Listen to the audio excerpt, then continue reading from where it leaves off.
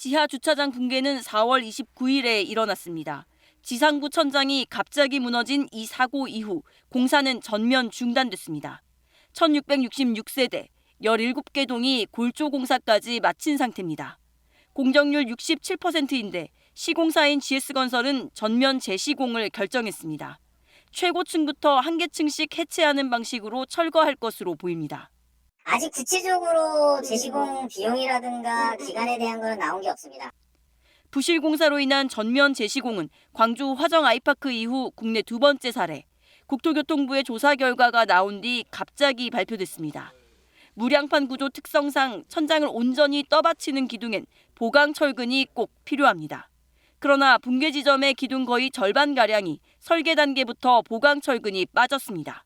그나마 철근이 설계된 기둥도 시공 과정에서 누락한 경우가 다수 있었습니다. 콘크리트에서도 문제가 확인됐습니다. 기준 강도의 70%밖에 안 되는 골재를 그대로 타설했습니다.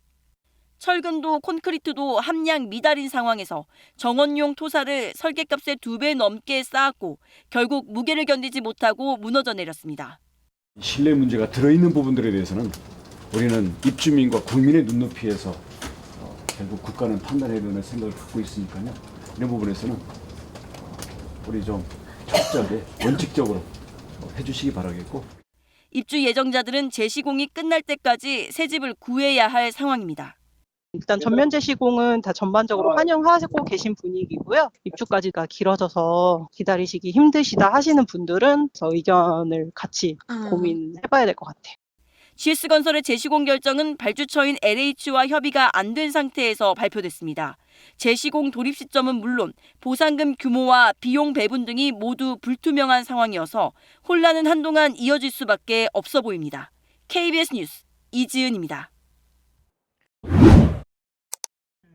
지난 1월 공사 중 외벽이 무너지면서 노동자 6명이 숨진 광주 화정 아이파크 붕괴 사고. 사고 110여일 만에 정몽규 회장이 긴급 기자회견을 자청했습니다. 전면 철거하고 새로 짓겠다고 했습니다. 입주 예정자의 요구이신 화정동의 8개 동 모두를 철거하고 새로 아이파크를 짓겠습니다. 입주 예정자 보상 협의까지 포함해 철거와 준공에 3,750억 원, 70개월이 소요될 걸로 봤습니다.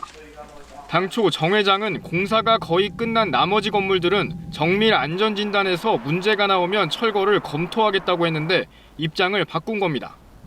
이미 무단 구조 변경에 콘크리트 강도 부족 등 총체적 관리 부실로 인한 인재로 드러난 상황.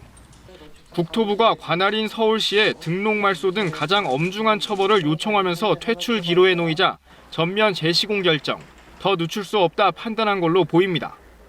현사는 앞서 지난해 9명이 숨진 학동 붕괴 사고와 관련해선 하도급 관리 의무 위반에 대해 4억 원 과징금을 납부했고 부실 시공에 대해 내려진 영업정지 8개월 처분에 대해선 취소 소송을 진행하고 있습니다.